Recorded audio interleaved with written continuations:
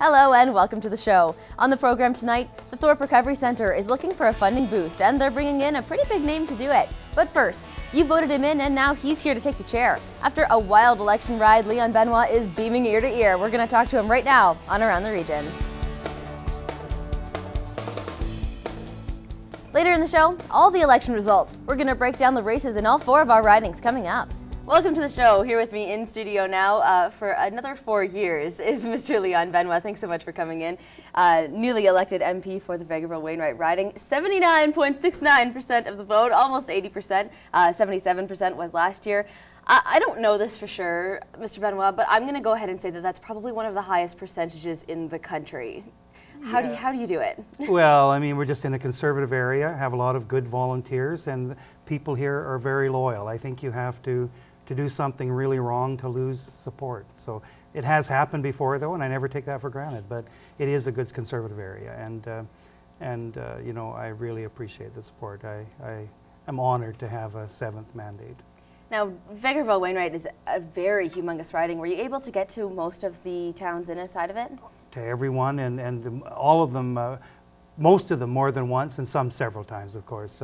Lloydminster, Vermilion, Wainwright, Vegreville, probably half a dozen times each in Wainwright, Vermilion, and Vegreville, and Lloydminster lots of times.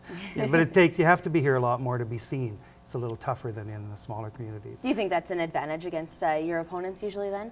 Well, I think being an incumbent, as long as you haven't been doing a bad job, if you've been doing a good job, being an incumbent is a huge advantage. It absolutely is, and being a conservative in this area is a further advantage. So, you know, that's a big part of it for sure. Now, this is your 7th term. You've been elected since 1993, but this is the first time you're going in with a majority. What are you going to be able to do for this region as a majority government that you weren't able to do before?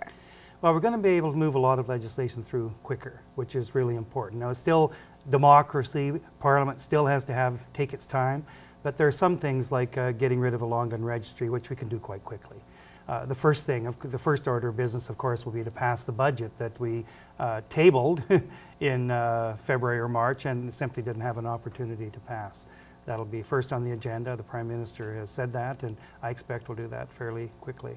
Now you're saying, you know, passing things through very quickly. Certainly some things you'll be able to push through and some people will be very pleased and very happy, and other things you'll push through and not everyone will be very pleased and very happy. How are you guys prepared to deal with that? Yeah, you know, we can't just push them through. That's the thing. It is Parliament. We have to give the opposition their say. We have to go through the process. You know, it starts with second reading in the House of Commons where you have general debate. Then it goes to committee. And it can take quite a bit of time in committee. If the opposition, you know, and really, you know, with a lot of legislation, the government members have to get familiar with it too. And we often find some things that can be improved in committee. So it goes through that stage, back to the House of Commons, then a report stage, you know, so you can deal with amendments in the House. And third reading is the final stage in the House of Commons. If it passes third reading, then off to the Senate. But it is a process, and that democracy has to take place. So we're not going to be ramming stuff through, but we are going to be able to get things through an awful lot faster.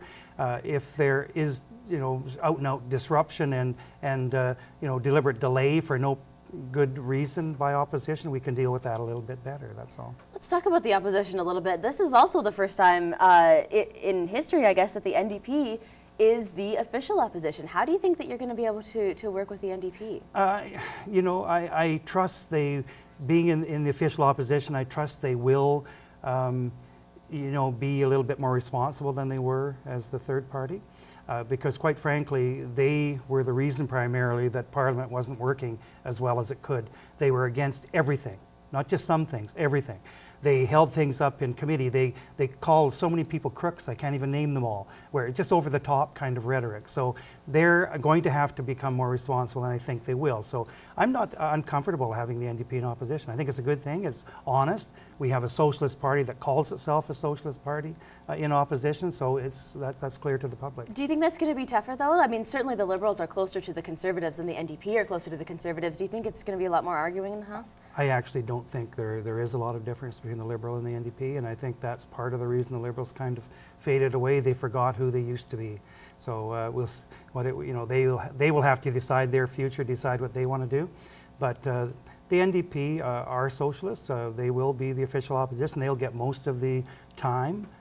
you know, in question period and in debate, and I do think they will become more responsible. We're going to talk more about this and your 7th term just after this break.